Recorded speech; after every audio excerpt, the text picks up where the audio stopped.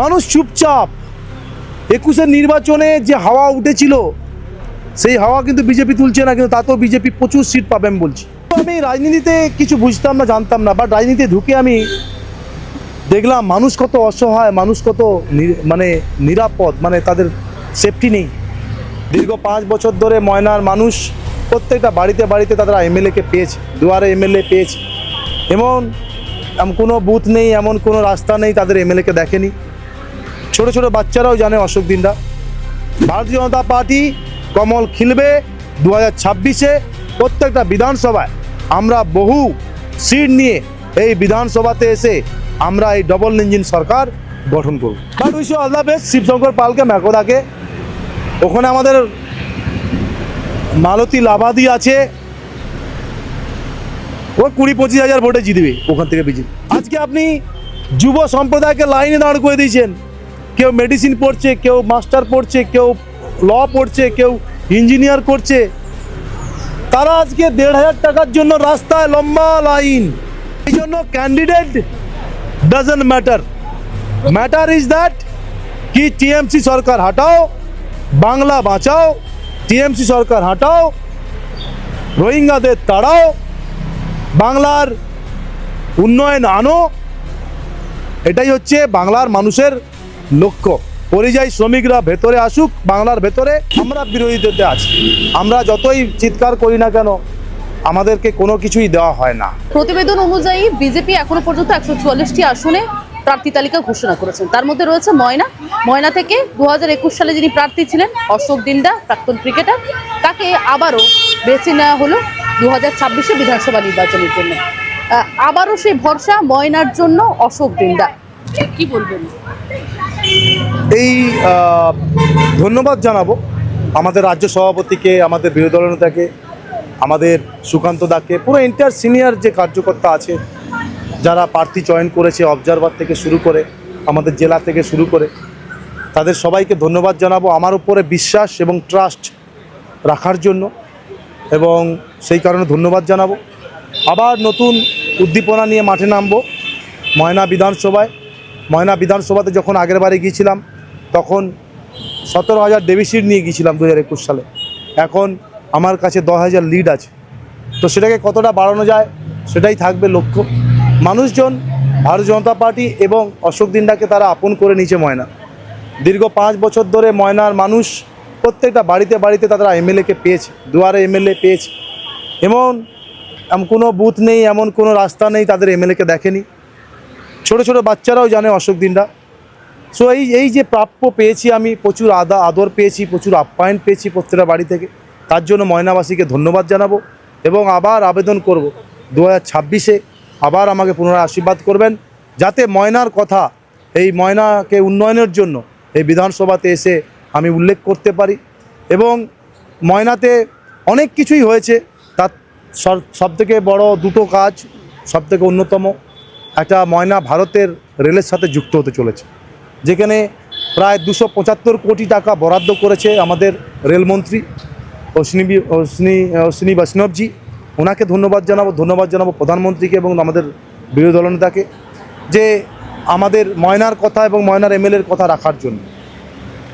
So তারপরে ময়নাতে fire brigade হচ্ছে, যেটা ছিল না কখনো। এখানে ফায়ার ব্রিগেড মন্ত্রী সুজিত বোসকে আমি লেটার করেছিলাম, উনি ময়না বিধানসভাতে ফায়ার ব্রিগেডের জন্য স্যাংশন করে দিয়েছে। সেদিন স্পিকারের সামনে উনিও বলেছেন, ওটাও এসে যাবে। শুধু উন্নয়নের ক্ষেত্রে যেটা বলেছিলাম 2021 সালে, যে মহিলা কলেজ এবং খাল সংস্কার, এই দুটো করতে পারিনি, কারণ আমরা বিরোধীতে আছি। আমরা যতই চিৎকার করি না কেন আমাদেরকে কোনো কিছুই দেওয়া হয় না, এবং এমএলএ ফান্ডিং থেকে যত টাকা পয়সা যা এসেছিল সমস্ত কাজে লাগিয়েছি। বিরোধী দলে থাকার জন্য বিধায়কের কাছ থেকে বাধাপ্রাপ্ত হচ্ছে। দেখুন, বাধা হয়েছে, ফাইট হয়েছে, তা সত্ত্বেও কাজ করাতে হবে, নাহলে আপনি কিসের জন্য এমএলএ হলেন? আমি একদম ফাইট করে ডিএম থেকে শুরু করে, সেখানে বিডিও থেকে শুরু করে, ঘেরাও থেকে শুরু করে, বিডিও ঘেরাও, ডিএম ঘেরাও থেকে শুরু করে, তার জন্য কেসও খেয়েছি। আমি অশোক দিন্দার জীবনে পুলিশ থানায় ঢুকতাম না, আমাকে পুলিশ অ্যারেস্ট করেও নিয়ে গেছে সেদিন কিছু মাস আগে। আমার নামে প্রায় 6-7টা কেসও আছে, ঠিক আছে। সো আমি ভাবি মানুষের জন্য করতে এসে বিরোধিতা হয়তো করছি, আমরা বিরোধিতা আছি, আওয়াজ সাধারণ মানুষের হয়ে আমরা আওয়াজ তুলছি, তার জন্য আমাদের কেস পেতে হলো। ঠিক আছে, শুধু আমি মনে মনে ভাবি শুধু আমরা এমএলএ এবং আমাদের যদি হয় তাহলে নিচের কর্মীরা যেভাবে মারা যাচ্ছে, যেভাবে তাদেরকে নির্যাতন করছে, তাদের কী অবস্থা, তাদের মুখের দিকে তাকিয়ে আমরা এই লড়াই চালিয়ে যাচ্ছি। তাদের মুখে আমাদের হাসি ফোটানো, এটাই হচ্ছে আমাদের কাজ। ভারতীয় জনতা পার্টি কমল খিলবে 2026-এ প্রত্যেকটা বিধানসভায়। আমরা বহু সিট নিয়ে এই বিধানসভাতে এসে আমরা এই ডবল ইঞ্জিন সরকার গঠন করব। আচ্ছা, একটা বিষয়, গতকাল তৃণমূলের তরফ থেকে প্রার্থী তালিকা ঘোষণা করা হয়েছে। ময়না থেকে যাকে প্রার্থী করা হচ্ছে চন্দন মণ্ডল, তাকে কি বোল্ড আউট করতে পারবেন? রেজাল্ট কথা বলবে, অত ওকে নিয়ে আমার কোনো বলার নেই, কী বলবো। আর ও ডিমান্ড করেছিল যে অশোক দিনটাকেও জিতিয়েছিল, ও অশোক দিনটাকে ভোটও দেয়নি, আমি এখন বলছি, বিরোধিতা করেছিল উল্টো।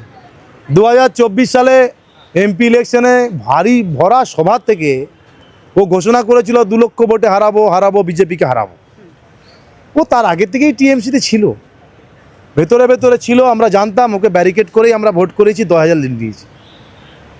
ও বলেছিল যাওয়ার সময় ময়না খালি করে দেবো, আইপ্যাকের লোককে বলেছিল, ওখানকার টিএমসি নেতৃত্বটাই বলে যে পুরো ময়না খালি করে দেবো। 100-200 জন 172 জনের নামের লিস্ট দিয়েছিল, সাথে কেউ যায়নি।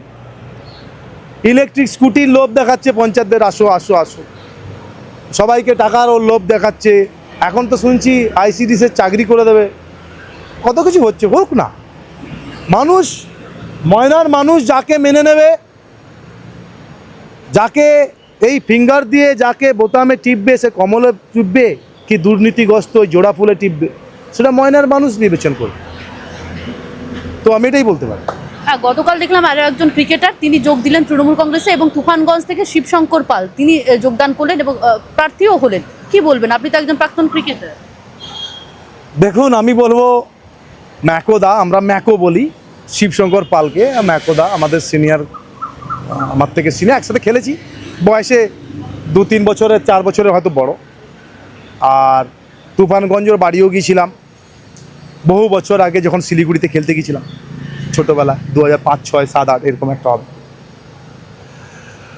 ওর একটু বোঝা উচিত ছিল, যেখানে লক্ষ্মীরতন শুক্লা 2015 থেকে সে এখানে মন্ত্রী হলো, প্রতিমন্ত্রী, তারপরে 2021-এ গিয়ে সে দাঁড়ায়নি, সেটি আর টিএমসিই করেনি। 2021 সালে মনোজ তিওয়ারি এলো, সে 26-এ নির্বাচনে সেও দাঁড়ায়নি, টিকিট পেল না। টিকিট পায়নি কি দাঁড়ায়নি, আপনি কী করে বুঝবেন? ইন্টারন্যাশনাল প্লেয়ার টিকিট পাবে না, কি বলছে? তাহলে এই দলে থাকতে হলে কি করতে হবে সেটা আপনি জানেন। এইগুলো জানা সত্ত্বেও তাদের সাথে না কথা বলে জয়েন করাটা আমার মনে হয় বোকামি। But wish all the best Shibshankar পালকে, ম্যাকোদাকে। ওখানে আমাদের মালতী লাভাদি আছে, ও 20-25 হাজার ভোটে জিতবে ওখান থেকে বিজেপি, নিশ্চিন্তে থাকুন। তুফানগঞ্জ বিজেপির কার্যকর্তাই কাফি। মানে ইউসুফ পাঠানের মতো ম্যাজিক কাজ করবে না। ইউসুফ পাঠানের মতো ম্যাজিক কাজ করবে আপনি বলছেন? আপনি একবার গিয়ে দেখে আসুন ওখানকার বিজেপি বলে আছে কি না, সরি টিএমসি বলে আছে কি না। ওখানে লোকসভাতে প্রায় 35,000 ভোটে বিজেপি জিতেছিল, সেখানে ম্যাজিকের মতো কাজ করবে তোমার শিবশঙ্কর পাল গিয়ে? হতে পারে ঘরের ছেলে, হতে পারে ঘরের ছেলে, কিন্তু মানুষ দুর্নীতি, মানুষ এখন কিন্তু কোনো ক্যান্ডিডেট দেখে ভোট দেবে না, এটা ভুল করছেন। শুনুন, একটা ভালো কথা বলি আপনাদের, আমি প্রচুর বুথে প্রচুর জায়গায় ঘুরে বেড়া লোক, প্রায় বহু দেশ ঘুরেছি আমি, ঠিক আছে।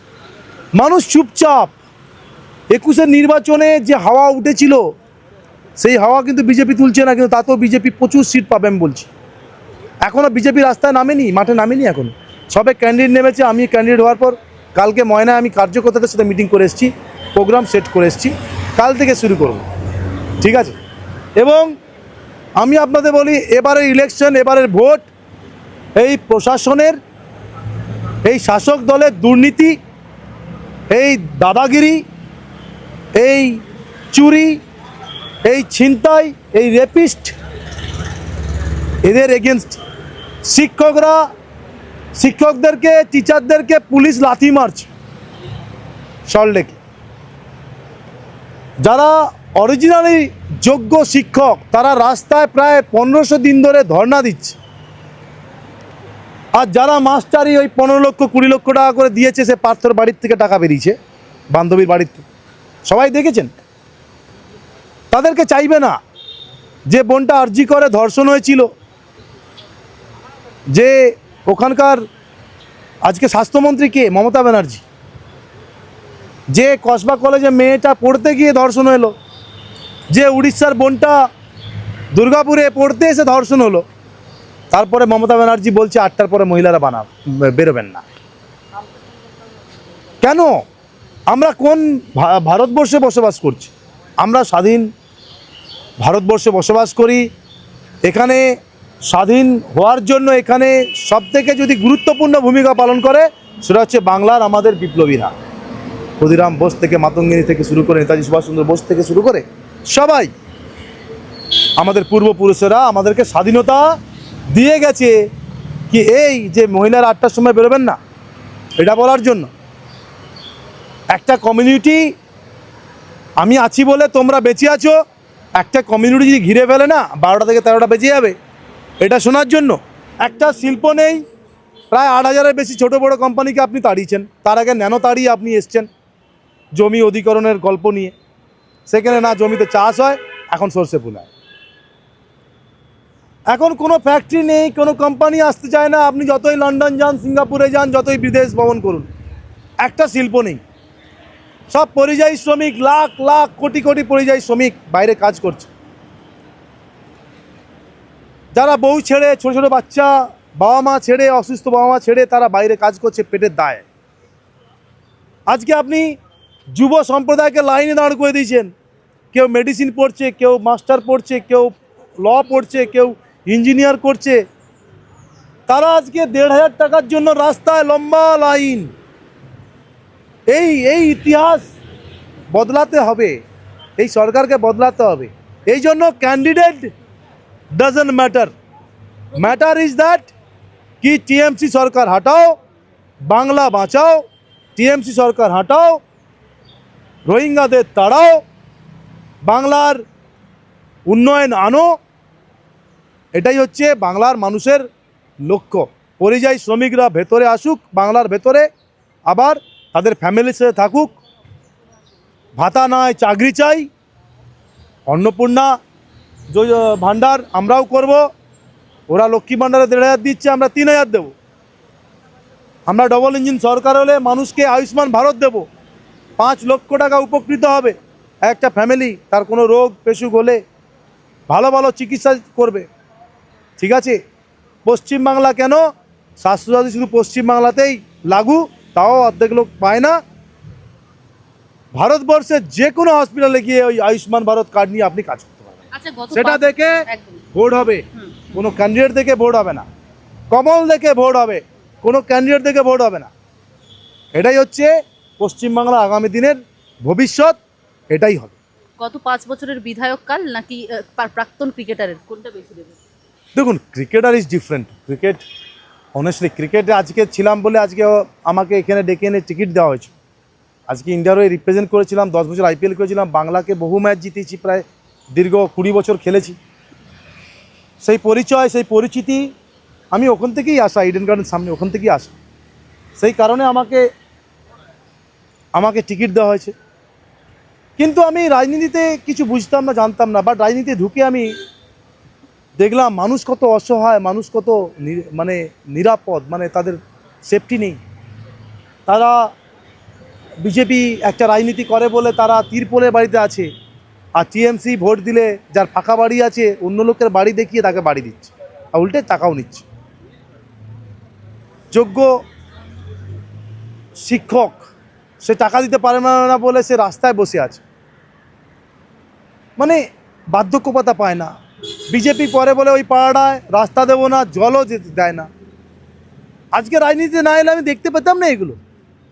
ফলস কেসে জর্জরিত করে দেওয়া, একদম পরিবারটাকে শেষ করে দেওয়া, কোনো সুযোগ সুবিধা দেব না, কুকুরের বিড়ালের মতো ট্রিট করা।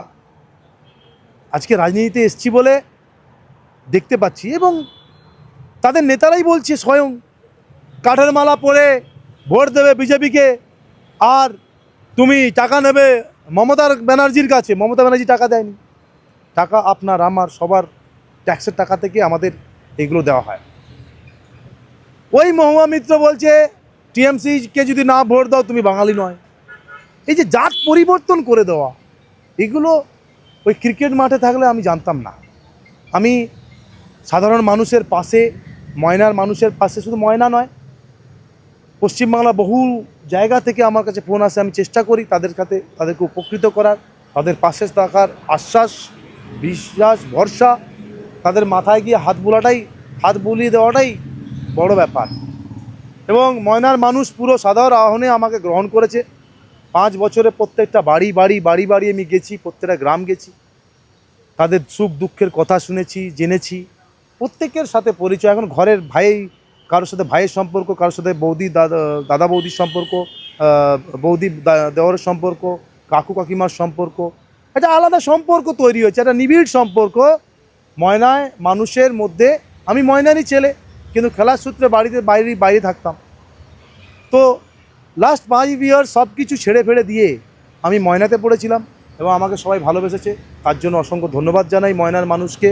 আমি 2 হাত জোড়ে করে আবার আপনাদের কাছে আসবো আশীর্বাদ চাইতে, যাতে 2026-এ আমাকে আবার নির্বাচন করেন এবং আগামী দিনে ময়নার উন্নয়ন হয়। ক্রিকেট স্টেডিয়াম পাবে ময়নার মানুষজন বা ক্রিকেটার তৈরি হবে? দেখুন, আমি অ্যাজ এ স্পোর্টস পার্সন হয়ে আমি বলতে পারি না যে ময়নাতে ক্রিকেট স্টেডিয়াম হবে।